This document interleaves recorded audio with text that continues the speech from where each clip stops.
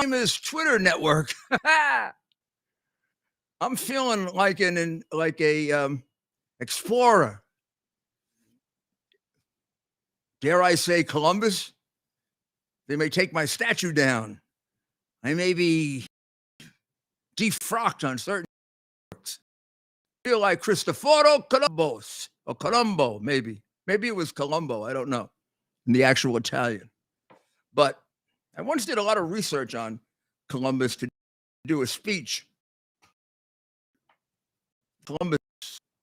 And I feel like Christopher Columbus because Ted and I made a voyage to Twitter. It had to be in October, right? Right, Mayor. It had to be in October because I said to Ted, I've always wanted to do a Yankee or any broadcast, baseball broadcast. I've always wanted to do it because I love baseball. I love baseball announcing, and finally, I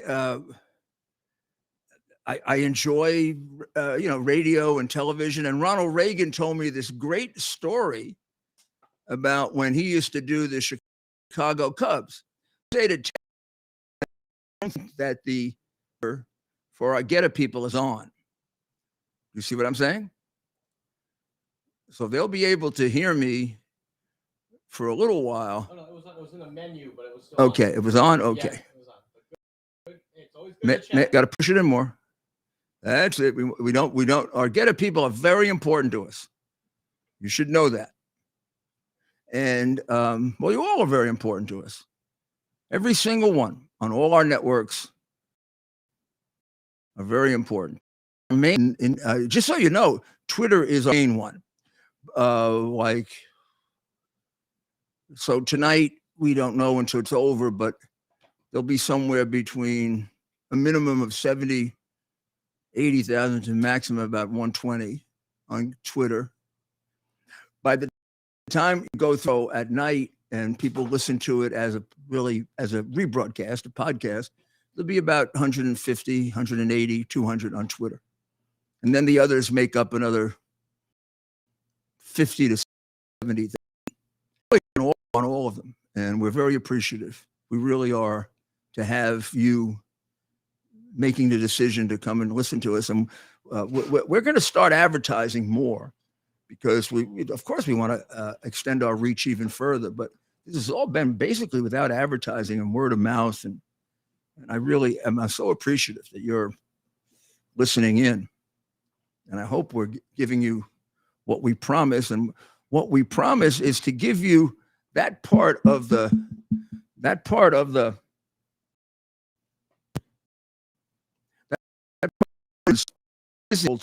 is by the people who engage in the censorship. We're going to get this on right too. Everything's going to be on just right.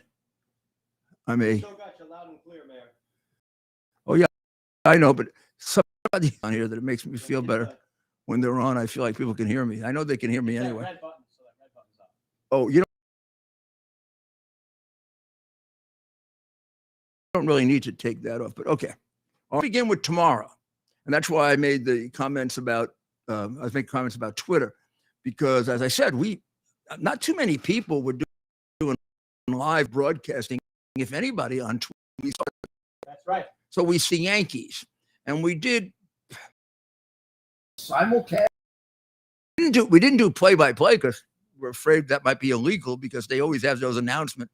Any rebroadcast of this game against the Major League Baseball will result in your being executed and tortured, which is what they do now.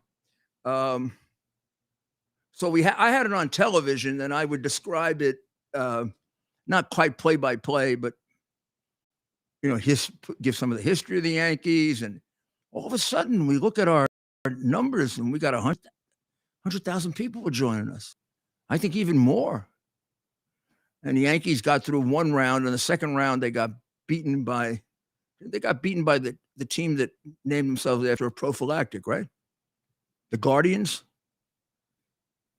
Used to have a very macho name like Indians for generations. And they got all frightened away by the wokesters and they were named they named themselves the Guardians. I don't think I'd want to play for a team named the Guardian. You sound like a mall cop, right? Baseball Guardians. Well, in any event, if the Yankees had won that, who knows where we would have gone? We could have been somebody. I want somebody to call in and tell me what movie that comes from. I could have been somebody. I could have been champ. If you know that, we'll get your name, your number, and we'll send you a Rudy Giuliani common sense mug. How's that? Call in. We have call-ins. Give him the number, Ted. We got to go look for it. We don't call our own number. We put that call-in number each and every night. Mayor, please give us a call. Line up on these phone lines. Call 1-635-1. Is that on the screen? 646-573-5177, and that number is up on the screen. Okay. Let's do it again. 1-646 4-6, yeah. 573 573, yeah. 5177. And we're going to give them the number Kirk to call so that you guys call, get a consultation on how to handle this terrible economy. And you decide what you want to do. It's your money, and you decide what you want to do with it. Implore you to do is at least call and get the consultation. And you may decide to go with Kirk. You may decide to do something else. But at least it'll wake you up to the fact that we got care of ourselves here. And the idea of some diversifying might fit. It's easier than you think, and his people, he can take you through it. And everybody that initiation, whatever you want to call it, introduction, has been pretty darn satisfied with it. Okay, so here's the number.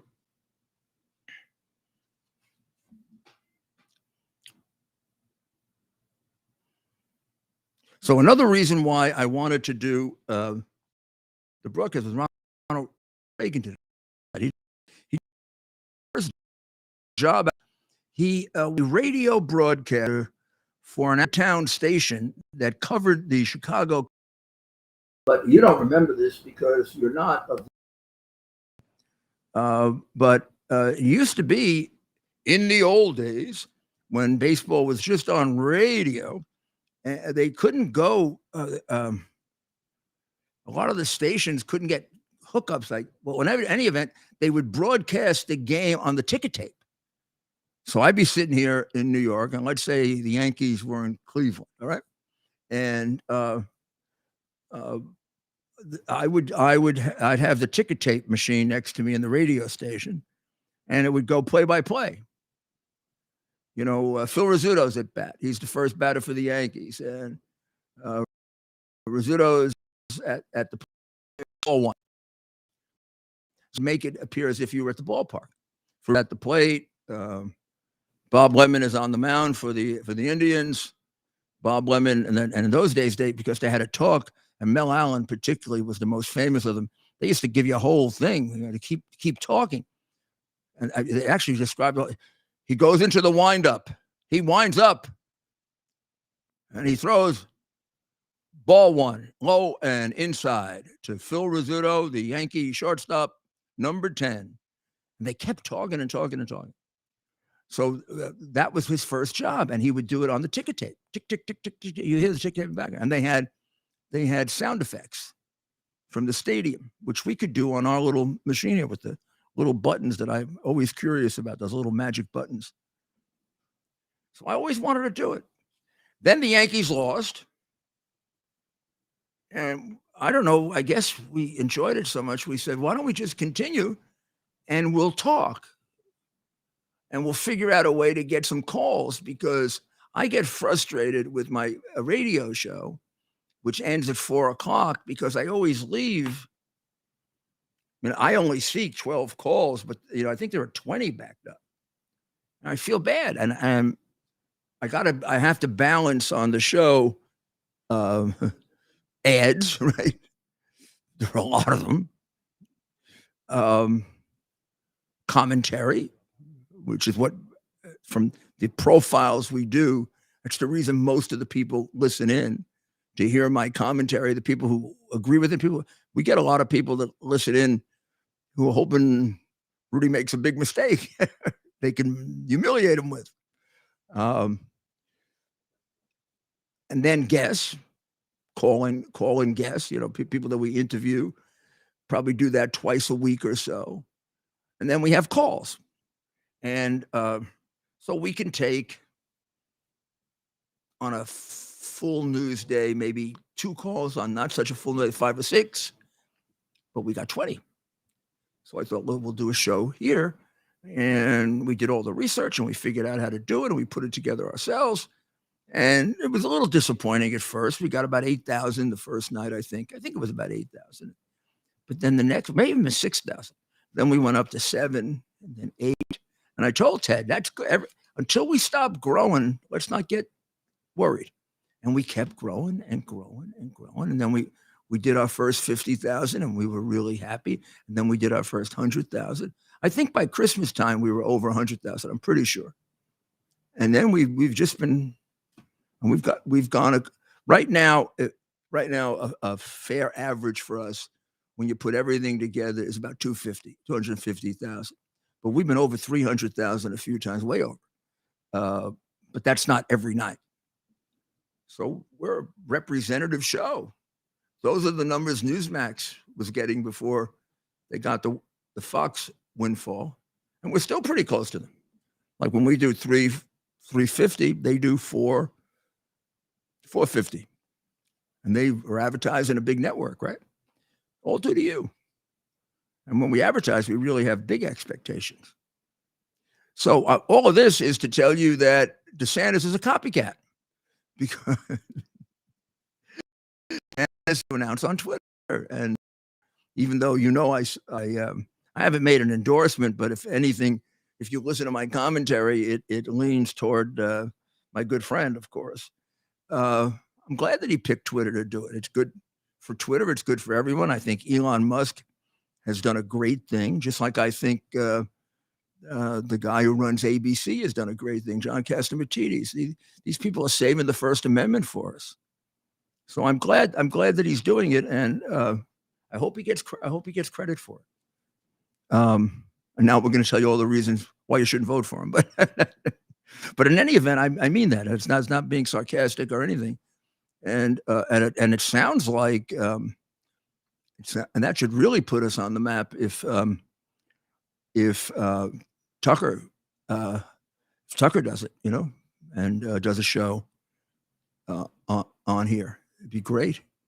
And then, of course, we're also on YouTube. We have a nice growing audience on Facebook. Getter, which is one of our real inside favorites. Twitch, where we don't get really good numbers. We have to do more on Twitch. We've got to do more to try to get the people on Twitch on board. I'm not sure that Ted and I really understand Twitch well enough, because it's a game. It's mostly an app. It supports some very, very big talk audiences. So we've got to figure that out. And did I miss any, Ted? You got them all. I feel like I missed one. So Twitter, Facebook. Facebook is really Instagram. Sometimes I think Instagram, but Facebook and Instagram. So Twitter, Facebook, YouTube, Rumble, that's the one. and we're doing real well on Rumble. And Rumble has my podcast too. And now we're on Podbean. So for the last, I would say maybe 10 episodes are up on Podbean, and those are getting another. But is Podbean video as It's well? It's just audio, so it's interesting. But you're getting over 10,000 additional hits. Yeah, well, I mean, we always did our podcast. Never. I mean, the video and the audio were pretty close to each other. You mean on Podbean? We do audio live, and then it's on there as a podcast after? It appears that there is a live option where we could what we would do is put an additional, basically, Another my one? phone. It wouldn't be it'd just be audio, right? And we'd put that up next to your mic, so you'd be live. But what are we now on Podbean? We download every episode onto Restream, and then I pull the audio from there and put it up on Podbean Live. right after the show. Oh, I see. I see. So So people- they're really more like a podcast. Yes, it becomes a podcast, but You it's know, fun. I don't consider this like a pod. We did a podcast today, Ted and I, and I really hope it's out tomorrow, because we did our first take on the 2024 election, and we're also asking for your advice on how you think best that we can add to the coverage of it and get you the information. You know, what kind of format. But we basically did the presidential and Senate. We didn't do the House. We didn't have the time, and also that's a big enterprise. And frankly, I don't think right now, it may change. I don't think there's much doubt about the House. I think Republicans are going to grow in the House, and that's going to be fine. I think the Senate, of course, too far out to really tell. And the presidential election, fascinating. Let me give you the overall observation that, of course, the podcast will go into much more detail about it. And I really urge listening to it and watching it as an introduction to the election, because the two presidential elections, as I said, if I were teaching political science, I would use them as an example, because they're two different presidential elections. One is one I describe as Secretariat's Belmont Stakes, where he set the record for 1.5 miles, and he basically ran away with the field. It's one of the most interesting videos of a horse race you'll ever see. He turns the corner at Belmont. Belmont has a tremendous stretch run because it's the longest race these young horses have ever run. Well, basically the longest race they are going to run, 1.5 miles. But when you think the race is over, comes the big stretch run. Secretariat turns the corner, and this is behind him. He's stretched. There are no horses behind him. What happened to the other horses? Did they turn the other way? What happened to the other horses? You know, it's in 2 counties. They're still in the other county. And all of a sudden, he goes across the finish line. You start to see a horse. I mean, he won the race by the biggest gap I've ever seen in a horse race. I'm sure there are bigger ones. So that would describe the Republican primary right now. Trump is Secretariat length ahead, but with a big field behind him and one horse way behind, but closer than the others, which dictates a lot of the strategy of that, which means the people that are coming in now don't assume they're running against Trump yet. They got to get past DeSantis. I don't know if I'm sure DeSantis knows. I shouldn't be insulting and say, well, I wonder if they understand that. But you could tell with Scott's entry that he's not going after Trump. I mean, these people aren't going to take on Trump until they have to. Some of them might not take him on at all. Maybe they want to be vice president. But except for Christie, where it's really a grudge match, they're all very supportive of Trump, really.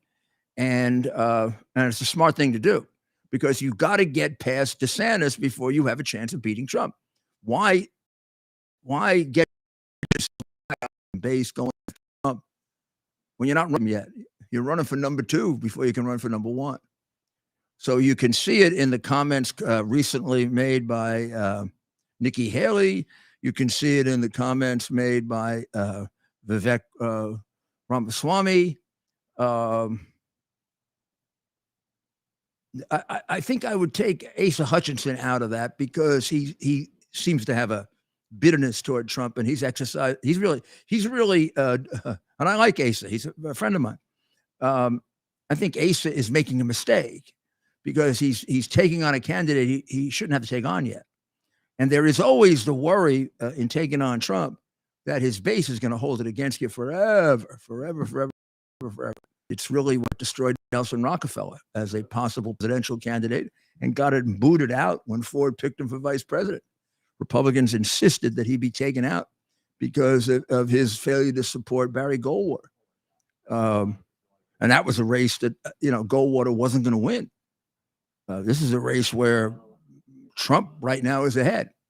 So, prediction is that, well, let me tell you what has to happen if we're going to have a race. And that once he announces on Twitter, and we'll find out, this is a shame, but we'll find out afterwards if it was a good idea or a bad idea. I don't know if it's a good idea or a bad idea. I'm glad he's doing it because I'm on Twitter, but it's a big audience, but it's certainly not everybody that you want to talk to. Will the fact that he's on Twitter hold back some of the coverage on other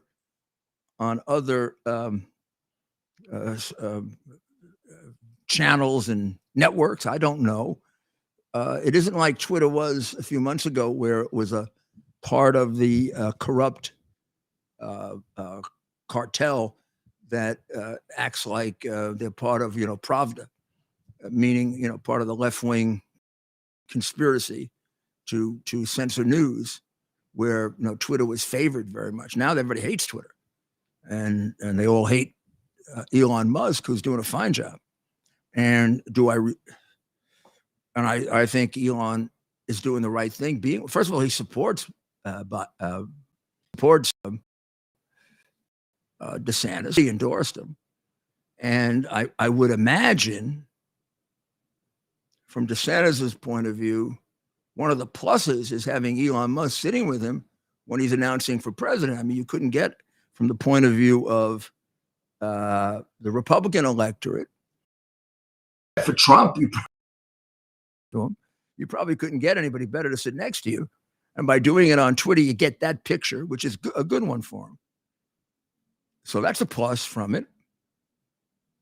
You show that you're social media savvy. It's got an incredible reach, so you're not really cheated too much on reach. But generally, I mean, the old-fashioned thinking always was you did an announcement for everyone. I mean, I remember each time I announced, you always make a big deal out of it, and when in those days, you could get all the channels. Now, given the fact that we're in a totally different media world, we're more like running as if we were a fascist country rather than a democracy with regard to the press. Maybe this is smart because all the rest of them are going to do is rip them apart. Although I think he would have gotten good coverage on Fox. Fox seems to be pro him big time. Wall Street Journal, Post are pro DeSantis. And even as he stumbled and fallen, they're still with him. Because he really, I mean, if you look at the polls, he's in pretty bad shape. So the really interesting thing is, what kind of bounce is he going to get? That's what an announcement is for, in a way. It's to get you. There's certain things you can do in a campaign to get a bounce that will help not only your standing in the polls, but your fundraising. And an announcement is one of those. And I would say, let's take a good look, those of us who like to handicap elections, and who doesn't, right?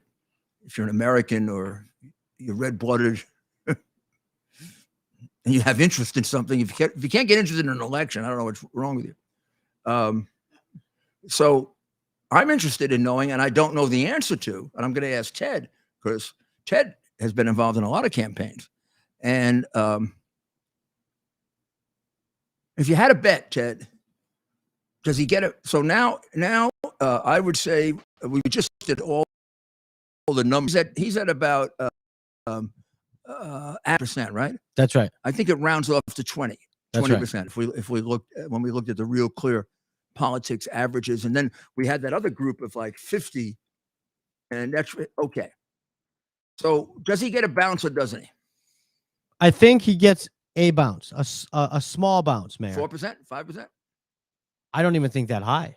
I think there's a strong chance he already peaked, and he's actually losing ground. He peaked before he started running. Right? I mean, it was just a few months ago when some polling, suspicious polling, but polling nonetheless, showing him up. No, I don't think it was. I think he was up at one point. Really? Yeah, I think they had done a pretty good job on beating up Donald Trump. Trump wasn't very active for quite some time, so he wasn't doing the things that he does that are amazing and get him tremendous support, like the rallies. It was just negative this, negative that, and he wasn't really defending himself as much. He was kind of laid back. It's a little like the 2012 election where there was a flavor of the month, you know. This one, there was only one flavor. It was DeSantis. But DeSantis had I think legitimately, they were always within the margin of error, meaning DeSantis was ahead by 3-4. Trump was ahead by 3-4. A couple of polls had DeSantis ahead by 7 or 8. I didn't believe those. But all of a sudden, so far, Trump's most effective campaign supporter came along. And virtually, this is better than an endorsement.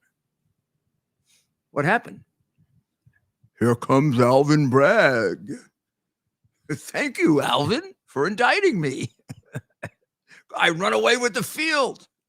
That really And did. He's still growing. Trump is still growing. I'm telling you, if they indict him in Georgia or that other place in Washington, I don't know, at least a Republican primary. And by the way, he used to be behind Biden in almost every poll. He's now ahead of Biden in almost every poll. And the few where Biden is ahead, they're within the margin of error. And that's a complete flip around. General electorate, because they say, oh, he's only been helped among Republicans. Not true. He's running away with the Republican thing like Secretariat, and he's got himself in a position where right now, if you were going to be honest, you'd have to say he's got about a 3-4% lead over Biden right now. Of course, well, as they always say, a poll is a snapshot in time. So let me see if I just want to make sure I'm right on those numbers. And here's the other thing that we go into a little bit, but we're going to devote a separate podcast to this, and hopefully we get him as a guest, because I had a long talk with him, and I think he'll do it. I think Robert Kennedy has a chance. I think he has a chance. And I'm saying, I'm going to say it exactly as I mean it, a chance. I'm not telling you he's going to get it. Right now, I would predict Trump, because that's really gutsy, because he's ahead by 40 points. So, wow. But you look at all excitement and all the stuff was generated for DeSantis, right? Including he owns Fox. Sometimes it looks like his, including today. Yeah, it's like his political network. He owns the Wall Street Journal. He owns the Post. And all he's done in the last 2 months is lose voters. Right now, believe it or not, Robert Kennedy Jr. is in the same position as DeSantis, 20%, having expended much less money, having gotten much less publicity, and he's got an advantage, unlike running against Secretariat, who's way ahead of the field with a bunch of horses behind him that can take on each other and wear each other down, right? Williamson. That's him and Williamson. He's got a clear shot at him. He doesn't have to worry about, DeSantis has overperformer.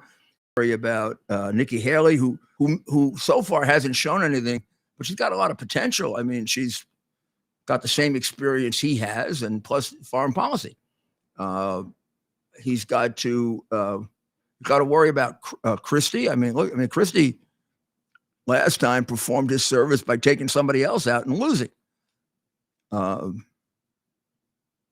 Christie knows very, very well. It's just a joke running against Trump if you can't pass DeSantis, right? If you can't pass DeSantis, you're number 3, Chris. And he sure knows how to take your part. We'll say that for him. So he got to aim at both of them.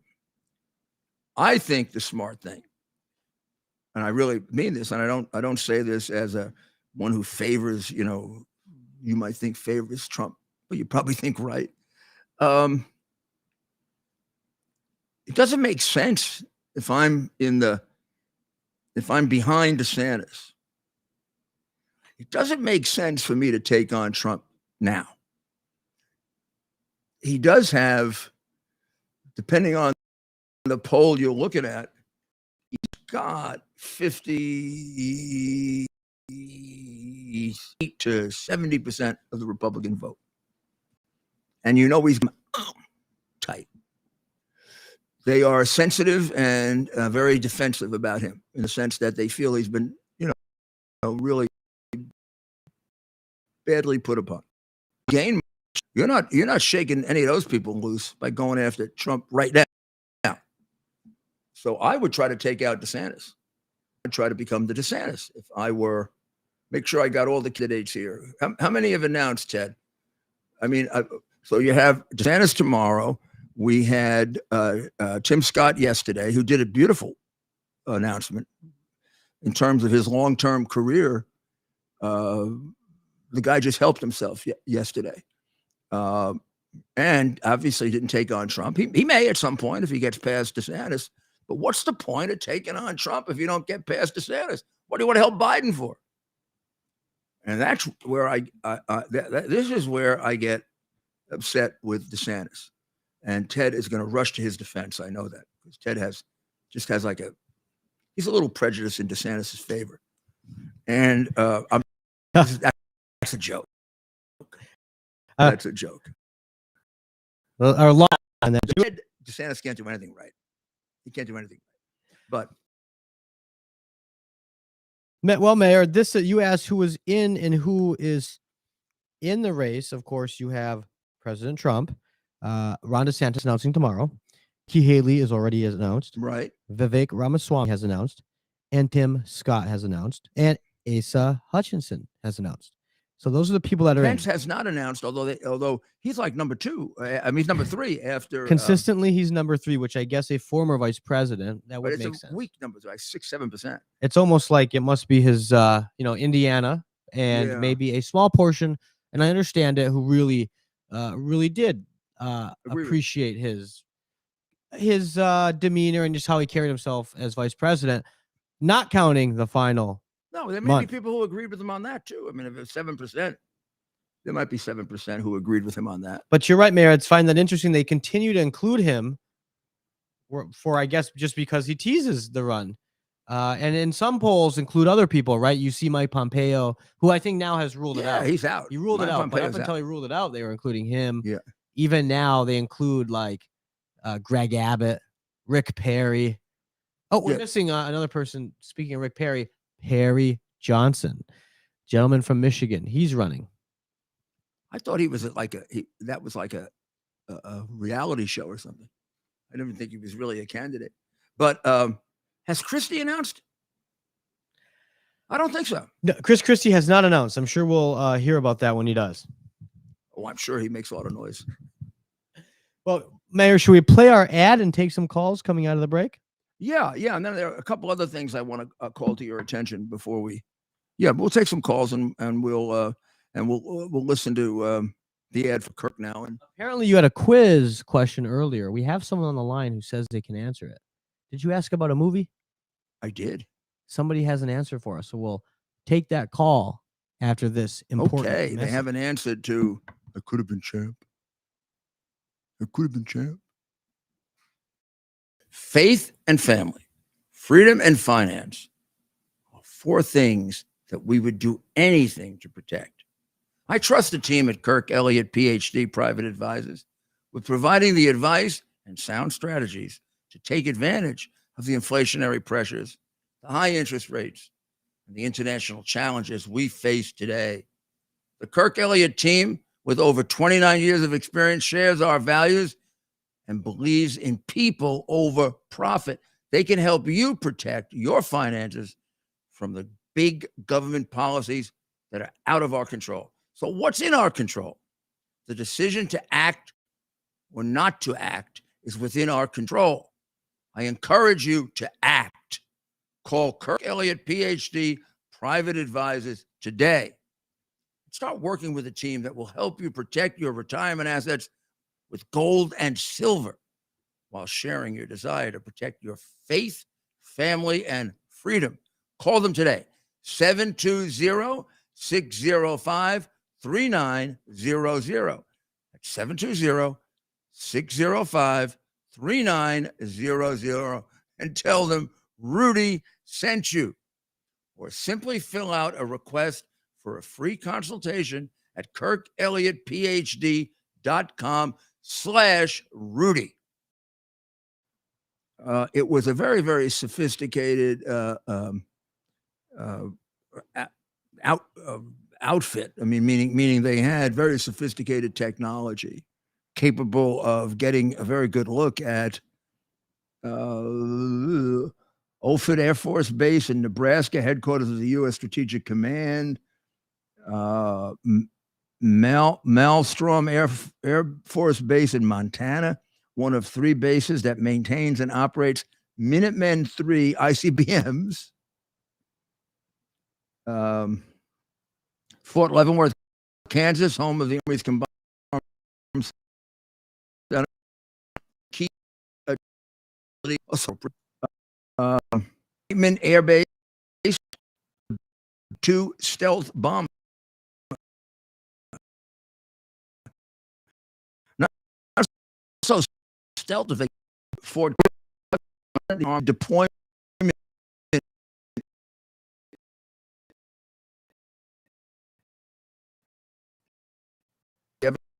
And then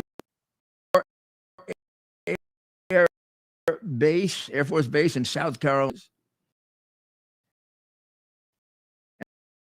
And then Naval Weapons Station, Joint Base, Charleston, South Carolina. Got a nice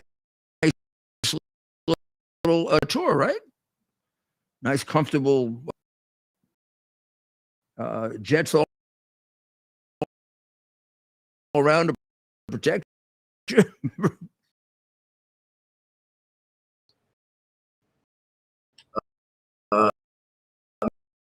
Maybe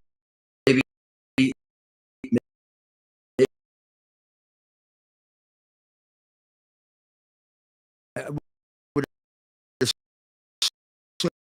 they asked for permission of China. Maybe you want it. And China said, yes, you can destroy it now. And destroyed it, or it sure looks like it was outrageous. I don't know. It looks like a sellout of the. Is it suspicious that the guy did it, got their from it, and we don't do it? Man, you treat. And then all he does is demean. First of all,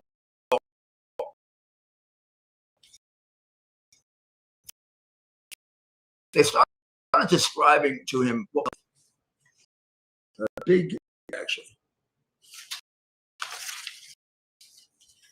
There's the headline in the Post.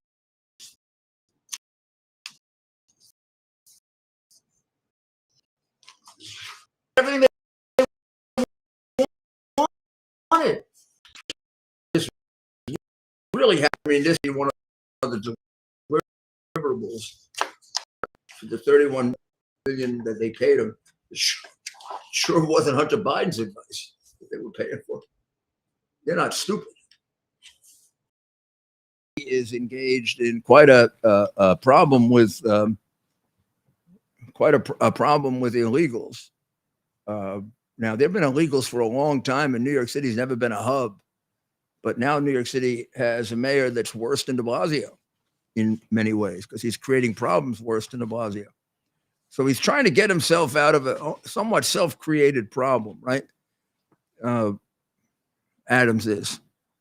He's complaining about all these illegals that are being shipped to New York. And then, of course, a year ago, he was announcing very, very brazenly that New York was going to be basically the best sanctuary city in the whole world. And we were going to give people things they don't get elsewhere, like a right to shelter. And of course, they were going to get their welfare payments, and they were going to get health coverage, and they were going to have their kids in school. And then beyond that, they were going to get a chance at a college education. And the city council voted for a right to vote for non-citizens, which has now been enjoined by the state court as a violation of the state constitution. But constitution doesn't matter to these left-wingers. Adams, I think, signed that, even though he's got smart Adams. I really don't.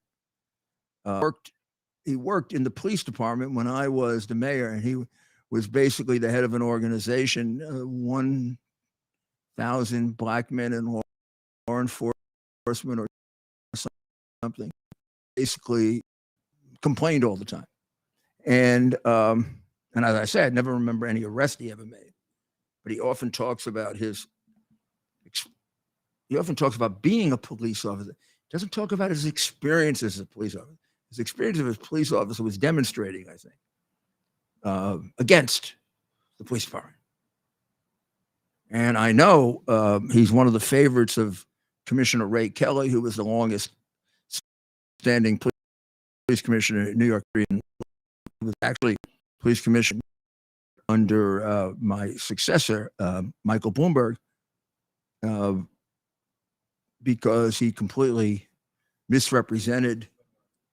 And I'm not even going to repeat it. I'm not going to repeat it because it just gives it more circulation. Kelly's one of the really great police commissioners, and I think I can have a lot of credibility saying because he wasn't one of mine, and mine were great. All of them, all three. Bratton Safer and Bertie Carrick. They all reduced crime. They all contributed things that are still helping the New York City Police Department. All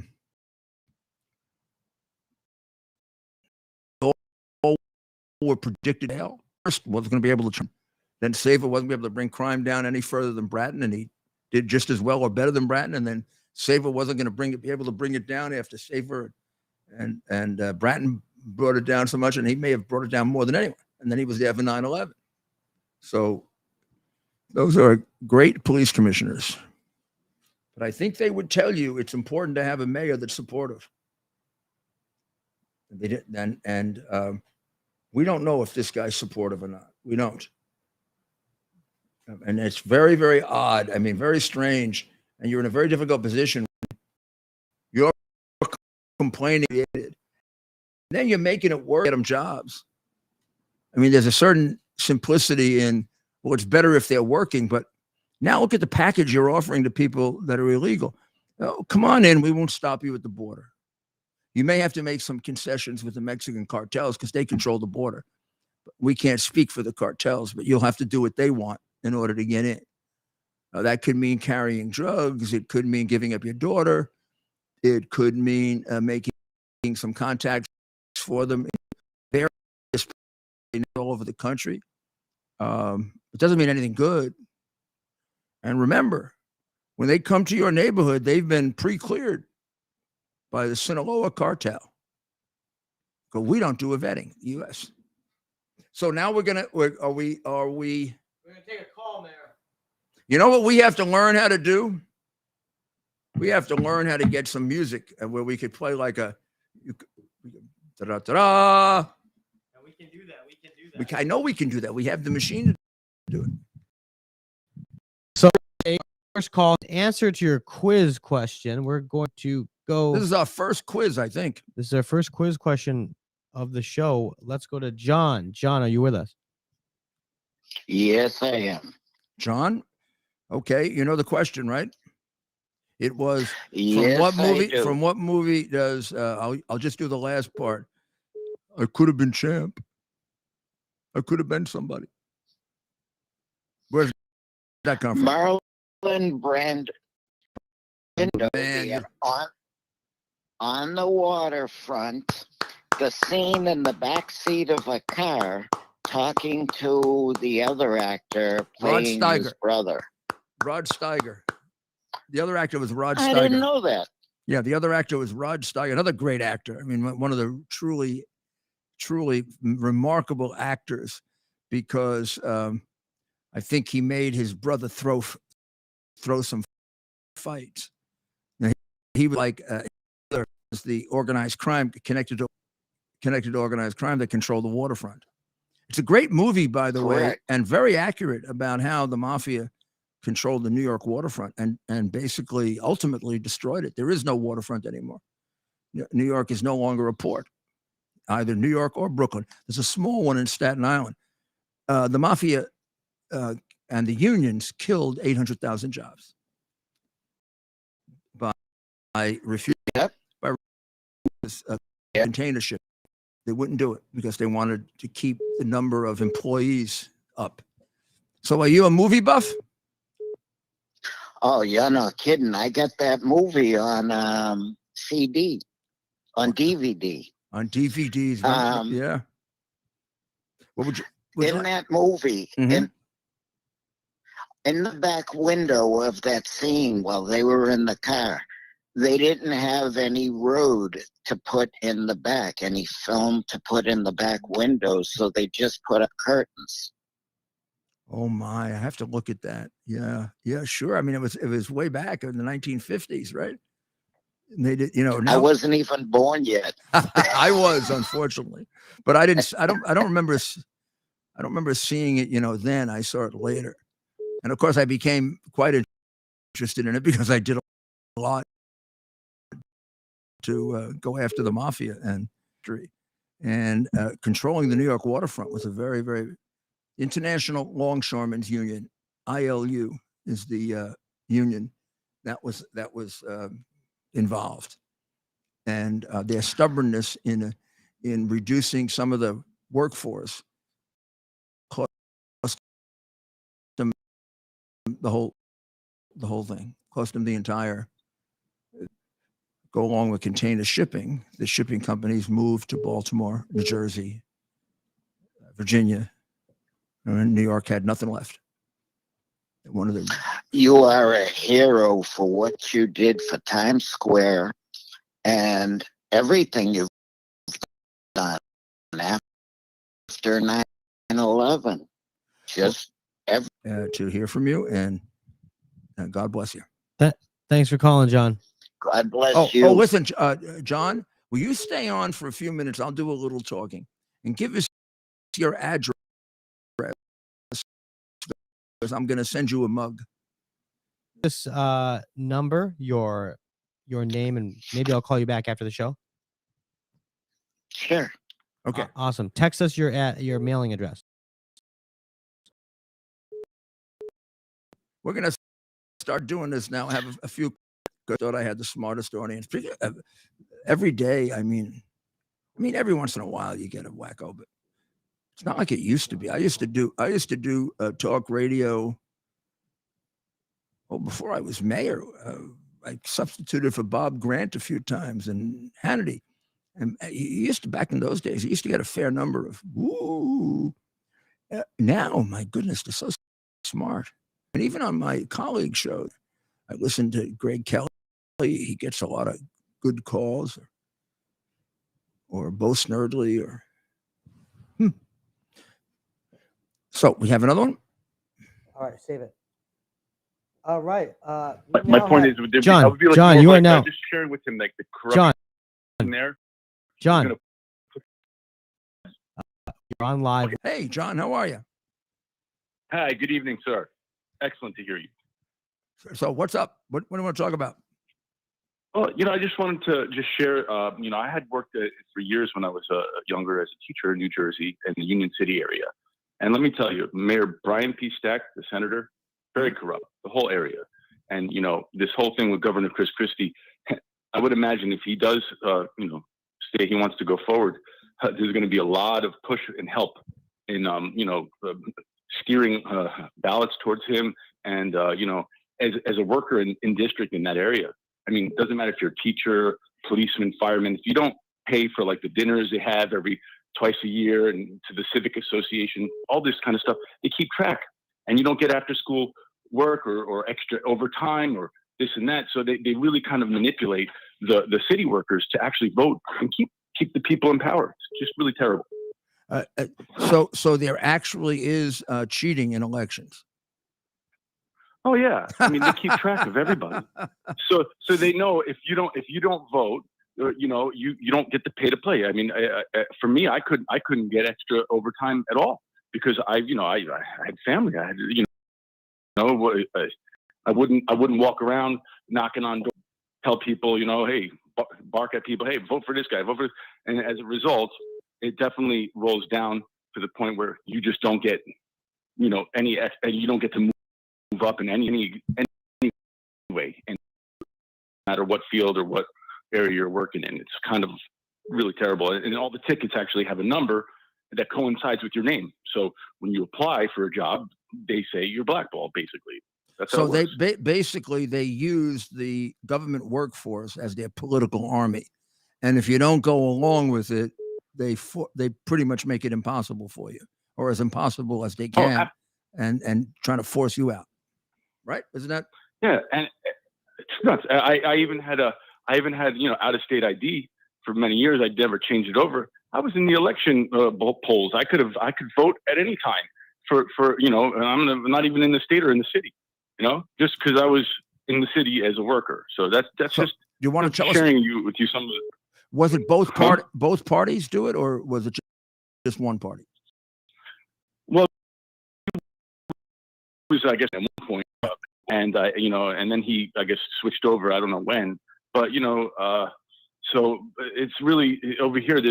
It doesn't matter whatever board of elections that are going on. It's all corrupt. Everybody, and it's a shame. They even investigated the FBI back in the 2000s. Some of the stuff going on. District, big money. New Jersey. I remember there was a point in New Jersey where it seemed like every single mayor went to jail. They were prosecuting one mayor after another mayor. If you became a mayor of New Jersey, you pack your bags and got yourself ready to go to jail. It took in a lot of money. Right? It's worth it. I mean, it has a big, long history of corruption. And now it's got a governor who's got to have the worst record in the country, and they elected him anyway. But thank you for bringing that to our attention, because I think sometimes people are naive, and the press, particularly because of the 2020 election, likes to give the impression that there's no cheating in elections. Elections are just pristine, which is, of course, absurd. That's never been the case, and you're not doing anybody any good in preserving democracy by covering up crimes like that. Just like Durham didn't do us any favor. He did do us a favor in pointing out the horrible crimes committed by the Democratic leadership, but in not failing to not recommend any consequences for it, or any accountability. He just makes it all the more likely that it'll happen again. All right, let's take our friend Rob in New Jersey. Hello, Rob. Yes, Ted, I'm here. Hi, Rob. How are you? How have you been? How you doing, Mayor? I'm doing well, thanks. Been very busy lately. That's been interfering with my ability sometimes to chime in on the shows and stuff, but I'm listening all the time. Well, go ahead. What's up? Well, it's funny. I was going to say the answer to that question was good old Jake LaMotta from Raging Bull, because he says the same thing in the movie. He says, "I could have been somebody." Yeah. He does. I could have been somebody, right? He does. Yeah. That was the traitor De Niro who played that part. Yeah. What happened to that guy? He went really crazy, De Niro, I think. Oh, absolutely. Yeah. Well, I mean, I guess just like all the big corporations and everything, they take a knee. They're pressured to go woke. I mean, I don't know. I don't know what it's like to live in that perspective where one would feel as though they are absolutely required to go woke. I mean, how soul selling do you have to be in order to do that? And I do have some couple things I wanted to talk about. Go ahead. Please, go ahead. You always have good topics. Go ahead. Yeah, well, for one thing, I know another thing I've been doing is a very deep study on Machiavellian philosophy, and also Delaboite, who it counters him with the opposite, where he says, I like Delaboite's angle, whereby he claims that people are empowering the ruling class by conforming and if they did not, if they listened to the Rudy Giuliani shows all day long and realized exactly the nonsense that's going on, rather than falling in line with, the mainstream media appears to take on Machiavellian approach. Yes, yeah, exactly. They're going. That's exactly what they do, and right. And it's the mainstream media, it's the leadership of the Democrat Party, and then the FBI, and then now they've gotten control, which is really the most frightening thing. They have control of the major law enforcement agency. It's like a state police. Yes. It's no longer it's like a state police in a fascist country. I mean, I would love to. Good. I would love to do some kind of a segment on the show there one of these days. Sure. Whereby we really go. I mean, I can put together. I'm working on doing it. Putting together something that's palatable by the general, listener, to be able to, and maybe have them do some of the research themselves. People really should look into the history, human history, because people tend to think that they look at their life and they say, and something comes to their attention and they think that, look at this great discovery I made, but they don't realize these things cycle in life.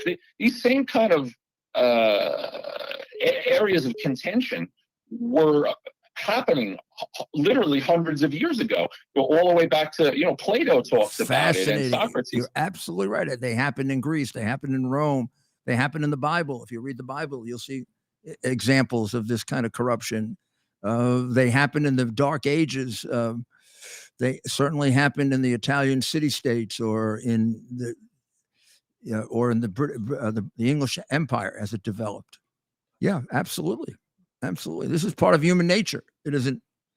We're human, and we tend to repeat behavior, and depending on your religious beliefs, it's the fact that humans are imperfect and pretty darn imperfect. We now want to go to Jim. Jim's been looking to get on for a few days now. Jim, are you with us? I am. Thank you. Hi, Jim.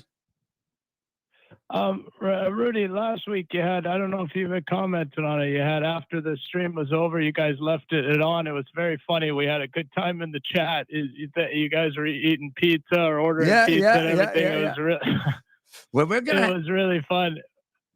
We're going to do something like that for our people that are, you described the people on Twitter. That's right. Thanks for bringing this up, Jim. What we're going to start doing, for those of you watching on Twitter or have Twitter accounts, for a small price, you will have exclusive content through our subscription, right? Elon Musk has enabled subscriptions on Twitter. I like that. I like those. And it's a really good way to support the mayor and our continued fight for the truth.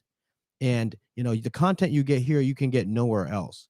And so it's critically important that we support individuals such as the mayor, of course, and their fight for truth. And so we're asking all of our audience, hop onto Twitter. Even if you enjoy watching on YouTube, Facebook, one of the other platforms, which I understand, take a look at Twitter and maybe consider supporting the mayor. It's a small price. And in exchange, we're going to give you great content, exclusive content, video stories, but that's not, the real reason to do this should be for this fight that the mayor has been leading really his entire professional life. We will take some of those resources and expand. Exactly. Our desire is to get some more shows on like this, not just with me, but even other people, so that we start balancing. The unfair media. I'll be subscribing, Mayor. I'll be subscribing on Twitter for sure. Well, thank you. Thanks, Thank you. Jim. But I know you've Um, been wanting to talk. So, Yeah, what's up? You tell. Yeah, I was worried and when you were after the show that time, I was worried. Oh, I hope he doesn't say something embarrassing like that you married and had sex with your cousin. Well, I hope you subscribe because maybe you'll catch me saying something like that. now that individual, I got to give him some credit, Mayor. He's been bugging me now. He was bugging me for over Just a to week. say that. Yeah, for over a week. Ted, I can't get through. You said you'd let me on. You'd get me back on, yada, yada, yada. And I've been talking to him for days saying, okay, tonight, right? You know how busy we are with the show, but with our audience, we always want to be responsive. And so I've told him, right, we have a lot going on, but we're going to get to you. We have our callers, and by now we've And built. why would he be interested? What he's talking about goes back to, I got married to Regina in 1968, right after I got out of law school. So how many years ago is that? 78, 88, 98, 108, It's just 18, 50 plus years ago. it's quite something, Mayor, and it's just And we were first of all, we were I thought we were third cousins. We were actually second cousins once removed. So when you say cousins, it wasn't a first cousin, it was a second cousin once removed. And we grew up together, and she is a remarkable human being, one of the best human beings I've ever known. Well, let's go. Let's take another call. We don't want to end on that note. Well, I think I'd end on the note that she's one of the most remarkable human beings I've of course. ever known. Sorry, I missed that, Mayor. An incredible person. Look, some people just have too much extra time on their hands. But it was 50 plus years ago. So let's go to Joe in Brookhaven. Joe, are you there? Yes, I'm here. How you doing? You got me? How you doing, Joe? Mr. Mayor, God bless you, sir. God Thank bless you for everything you. you do. Here's my problem. I'm bad. I got to get one of my 10 kids to figure this phone out for me. Yeah, the youngest one. Get the youngest one. Yeah, exactly. I know. I got from 28 to 3, but I'm telling you, no, what happens is when I call you, I can't hear the program, and I don't know how to do it, so I miss the program while I'm waiting. So On the phone. So he answers with his phone. I got you now, and I'll figure that out somehow. But I like your intro, and that intro you put out with Thomas Paine. Yeah, we're And gonna you end the show with it. We end the show with it because it was confusing people at the beginning, but we'll use it occasionally at the beginning too. Good. Thank But you, we'll Joe. always end with it. I think it's quite beautiful, and thank you for saying that, Joe. I should have thought you would like it. Yeah, that's wonderful. It really is. And I'm going to subscribe no matter what. I just donate money because, like I said, to get what you're giving away here, the experience and wisdom, people don't understand what this means. It's not, I've been through this in my life with professors and this and that, and I see it's a time. It doesn't last. People think it lasts forever. It's not going to. So it's such a valuable thing, and I know what you're doing and why you're doing it. Just like I know when you were on that fire truck fighting for Andrew, I knew it was love for your son, what you were doing. I've seen it, what you did for Trump out there on January 6th. You went out there and what you were doing for America, not just President Trump. I seen that. I could see right through into your soul. I knew what you were doing it for, and that is commendable. And the same thing you did on 9/11. And what you did all them months after that, I know what you did. I know, and we, the people, know what you did. And President Trump has done the same thing, and MAGA sees that. That's why we got robbed, MAGA, in 16 and 20. We, the people, we're not stupid. He won the election, but they robbed the presidency. This little fraudster, worm weasel, deep state DeSantis, Rhino Ronnie. He wants to be Trump's mini-me. Well, yes, he will. What would you say? He wants to be Trump's what? His mini-me? Even Trump hasn't come up. He hasn't come up with that one. Well, if Trump starts saying that, I know where it came from. DeSantis peaked, Ted said before he announced, And I want to know, is that called a premature electuation? Something like that. It just, I had to throw that in there. Oh, But that listen, was a good way to. That fat slob, Chris Christie, that ice cream eating bum who cost us 2012, lapping around ice cream with Obama. You think we forgot that, you fat slob? Listen. We didn't forget that. He's out there to try to beat up Trump for DeSantis with all the rest of the Rhino deep state. We know, the thing is, Ron DeSantis was a good man, but we know he's bought and paid for by the Rhino establishment deep state. We know that. We've seen it for months. MAGA's ready to come out. We'll wait. We've seen it. I 6 know months ago, you are. shadow And campaign. isn't it amazing that Biden attacks MAGA, Make America Great Again? I don't think he knows what it stands for. Or he hates America. Who, And he Biden? does. Of course he does. Of course, exactly. That's why he attacks us. Listen, MAGA was long before Trump. MAGA goes way back to the founding fathers, 1776. That's when MAGA began. Of course. And you know, and World War II, the veterans. That's MAGA. MAGA's love of God, family, and country. You know that, Mr. Mayor. Yeah. And the communists are trying to rip it away from us. But they're not going to win the They're not going to primary. succeed. They're not going to succeed. Because the guys before the horse. Because of guys like you. Mr. Mayor, we have to win the primary.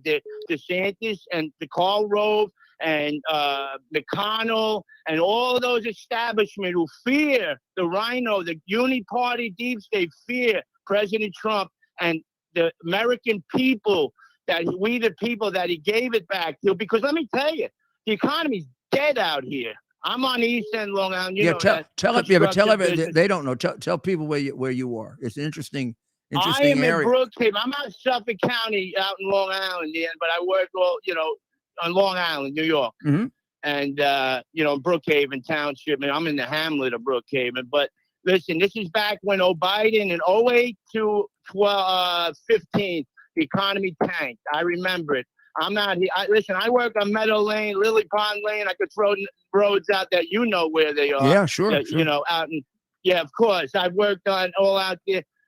And I see, I watch. I've worked up in Great Neck, Port Wash. I've done all the Gold Coast there for many years. I've worked all over Long Island. I can tell you everything. I've seen it. And out here in the streets, it's dying.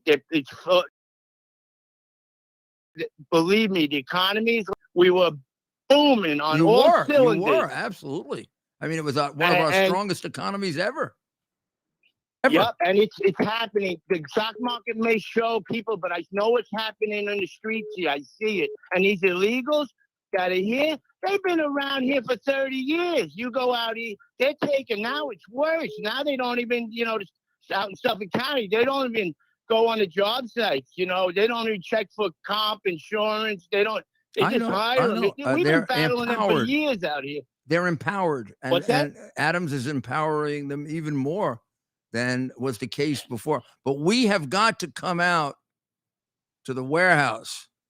Tell everybody about the warehouse. Come on. Wait, hold on a second. Mr. Mayor, I'm not Joe the Box.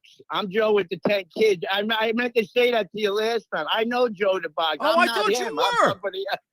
No, I'm not Joe the Box. I knew you thought that. No. You sound like him. Mayor, I was starting to think the same. Don't hang up on me now. I'm not going to hang up on you. I can't imagine there are two guys in the same place with the same voice and the same enthusiasm. Yeah, I'm Joe from Brookhaven. I used to go on another station for a year, but I'm the Joe with the 10 kids from Brookhaven. Oh, you're great. You're terrific. I love your more of us out there. I love your enthusiasm, Joe. Well, make this a regular thing, Joe. Joe. We love the enthusiasm for America. We have to fight for the country, for the kids and the grandkids. We got to I've seen you on that fire truck. I know what you were doing. I know why you were doing it. Mayor, we got to do a special in-person event for our strongest viewers and all the folks that participate here in the greater New York region. Yeah, maybe we can do it. Hey, do you know Joe the Box's facility? Have you been there? Yeah, I've been there. I've been there. It's awesome. Joe the Boxes for shit. They are ultra patriots. Great guys. I love them Well, we over wanna there. do- what think they we'll do it do. there. You think it'd be a good idea to? I think we'd do very well if we did an event there, right? Oh, 100%. How about we do the That's, show there for 1 or 2 nights? That would I be- think we should. We'd pack that those place. ultra patriots and the other guys who ride the flags? I can't think of their names right now. The Patriot Group. These guys are hardcore Americans. It's who it love is yeah, so America. special. You convinced me. We're going to call Joe tomorrow, and we're going to put some kind of an event together out in Suffolk County, and we'll do it live, and we'll get the rest of America to see. Yeah. You know, they Wait, think of wait, New York. wait. They think of New York as being all, you know, anti-America, and they should see that there's a big core of patriots in New York too. Absolutely. Yeah. Right? Like when I was telling you about all those old papers I found up in the attic from Yeah. 1941, remember I was telling you that? Yep. And you were like, oh, let's have a show. And I'm thinking, boy, my wife's going to love this. I'm calling this my little pool house shanty. I said, yeah, all right, come on out. She's a good Italian. See, I'm a Mick who married a nice Italian girl from Garden City. So, you know, That my best she likes friend, to cook. So you're more than welcome to come out. one of my 2 best friends in my life were Peter Powers, who died about 6 years ago, and Alan Plaka, who's a Monsignor now and is retired. But Peter was Irish, and his wife was Italian, and his 2 daughters are my goddaughters. And it's a great mixture. The 2, Irish and Italian, it's a great mixture.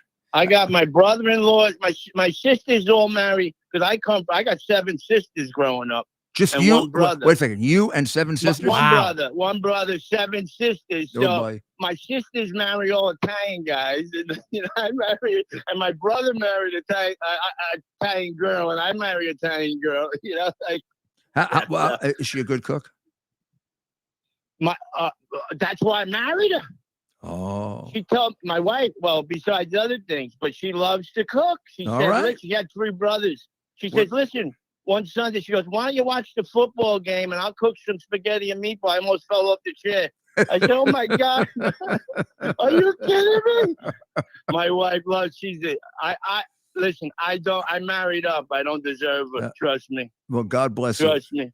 Well, Yeah, you next too. time you call, you put her on, and if she invites us for dinner, we'll come. Well, you know what? I'm gonna. She's not like me. She's nice. She's shy though. You know. She's shy. She's like, You are too. I can But see you're she's, very shy. You're yeah. very shy. I can't wait. You must have been suffering from being shy all your life, right? I know. I'm the opposite. I'm He only says, kidding you. So am I. I'm an ill-educated Mick who can't talk, and here she comes from a nice. She's got a nice education. You're a sharp guy. There's no question about it.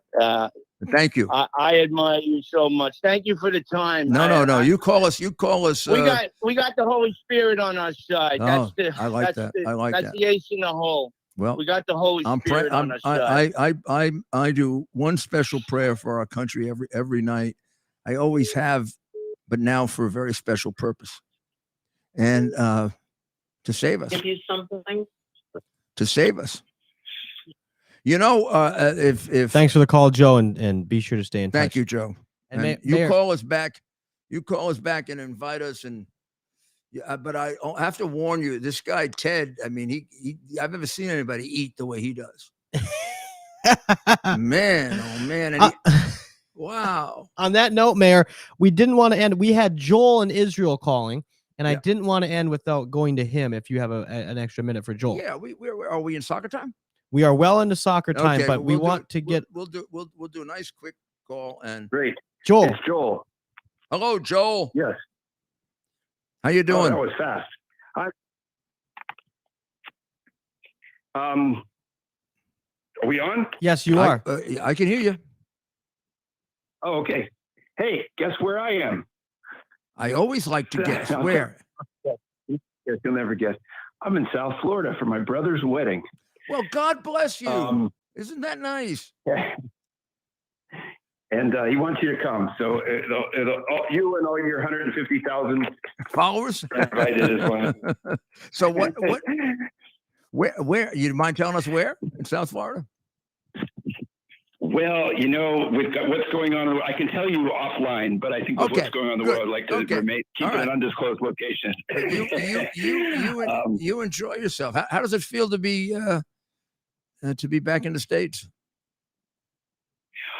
Well, you know, it's been a few years, and to be honest, I had some trepidation given what happened to Peter Navarro, and given that amicus brief I did regarding Hunter Biden 3 or 4 years ago. I really was concerned.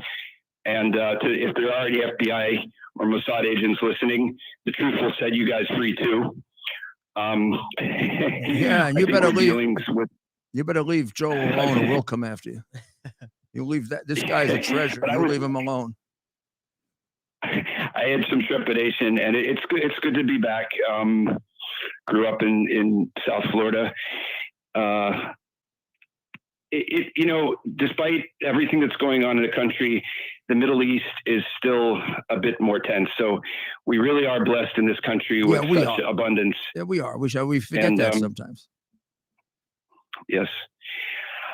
You know, I don't even want to go back to that other caller that keeps calling. I knew it was him within 5 seconds. There's something about how he disguises his voice. Yeah, and I knew he was good. They think they bother me. They actually don't. I don't care. They put more trouble and time into trying to get to you, Mayor. Bother me. I will say he got me here, and I'm disappointed. I fell for it. He put on a whole sob story. He was texting me, Ted, you've broken me. I can't get on through to the mayor. I'm like, geez, got to get this guy on before he hurts himself. He did a good couple of minutes first, you know. He did. I should have I got to know when to just call it quits. But on that note, thank you, Joel. Joe, and hopefully you'll give us another call while you're here, okay? And okay, I'm going to repost that. I'm going to post that amicus brief again in the chat line for any of the readers that want to take a look at it. Please do, and keep us posted. Text the call-in line and keep us posted on your visit to the States. So as long as we have a little extra soccer time, there's a second Hunter informant now who's an IRS agent who was part of the group that was precipitously reassigned. Now, here's an interesting little story, and it gives you an idea of how a corrupt administration operates. When the IRS supervisor became a whistleblower because he was concerned about the way in which the investigation was never moving forward against Hunter Biden, he and his entire group were transferred. And also, although I don't think it's ever been said directly, the sense is that the person that he says committed perjury to cover this up or to assist it, well, everyone believes it was Attorney General Merrick Garland. And now it was the Justice Department that basically interfered with the IRS and had them all moved out of the investigation.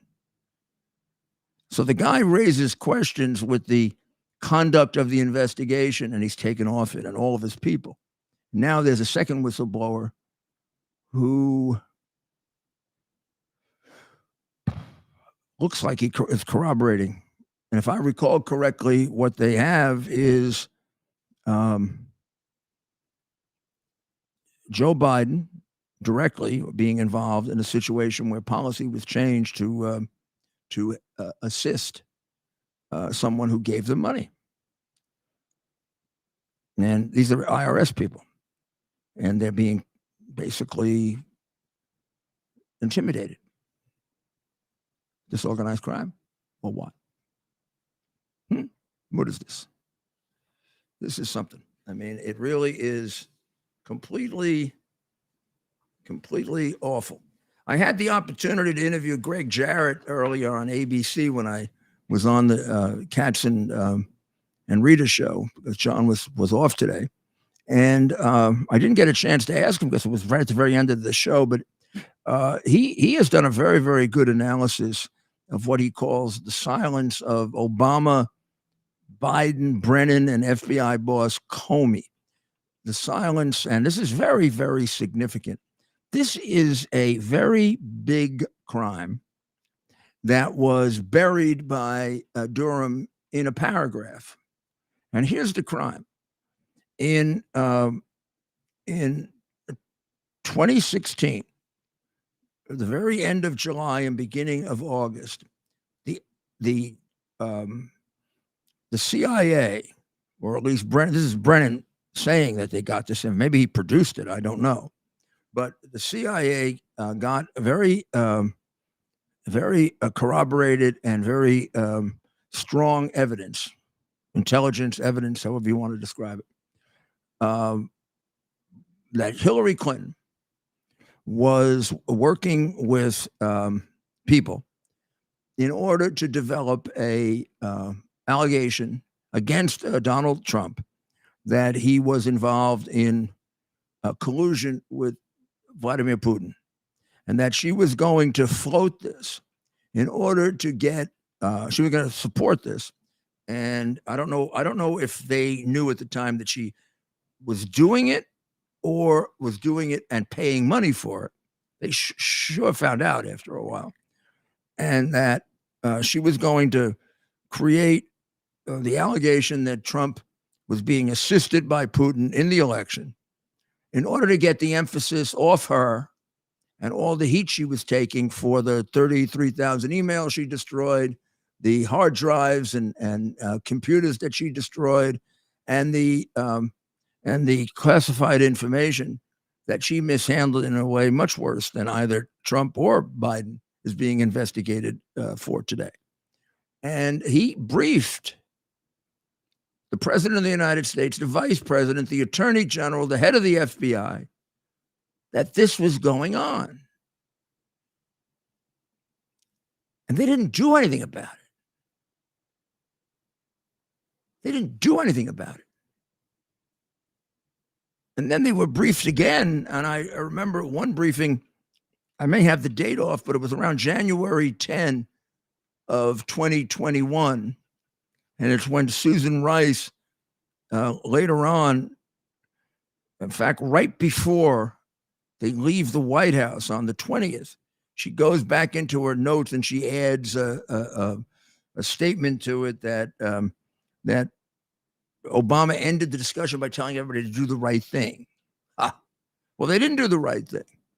As this played out now over the next 2.5 years, think about this. Obama, Biden, Brennan, and Comey knew that the Russian collusion allegation was false, that it was a frame-up, that it was devised to benefit Hillary Clinton. They found out that she paid for it, and she hid it through legal fees. FBI didn't investigate her for it. The American public wasn't told that this investigation was unnecessary. And they almost took a president out. Tell me this isn't a crime. Tell me it's not a crime. So Greg has got himself into this issue about silence. The silence show their involvement in it, and he ends up by saying it shows the absence of character and integrity. Well, it sure does. But by the way, there was more than silence. Comey committed perjury to further the scheme. Brennan appeared on television and supported the lie. Biden did it during the debate when he lied about the hard drive and accused Trump and me of being Russian puppets and Russian agents. He knew that was all created, and he furthered it when he did it. So they're all co-conspirators to the attempt to, based on false and perjured and fraudulent evidence, stop a man from being president. Having failed in doing that, then to overthrow a lawfully elected government. And we're charging these January 6 people with insurrection, or claiming they did an insurrection without a gun, without a plan. What were they insurrecting? It's buried. We're going to make sure it gets unburied. It's going to be resurrected because it's one of the worst. I think it's described here the dirtiest trick ever perpetrated in American politics. I think it's one of the biggest crimes in American history. So we'll be on that subject tomorrow, and we'll be on others. So I would ask you to do a couple of things, please. First of all, stay with us. Go to Twitter. See if you can subscribe. It really would be helpful. And as Ted said, it would be helpful to our entire movement in getting this to such a level that we can get through any obstacle in terms of their blocking free speech. And then you can be part of what's going to be a growing enterprise that's really going to surprise you. And we will have at least taken care of one part of what has to be fixed, which is to get back free speech and to have institutions that are dedicated to getting you the information that's being hidden by the crooked regime. So go to Twitter and subscribe. And we'll be back tomorrow. I'll be on radio tomorrow on WABCradio.com at 3:00. Our podcast might well be out tomorrow. I think so. What do you think, Ted? Absolutely. We got a little editing to do. It absolutely will be. Ted, the star of it is Ted Goodman, and it's really excellent analysis of the election. That'll be at RudyGiulianiCS.com. RudyGiulianiCS.com. And then we'll be back tomorrow night here at your favorite social media platform. So thank you. And what do we always say? God bless America.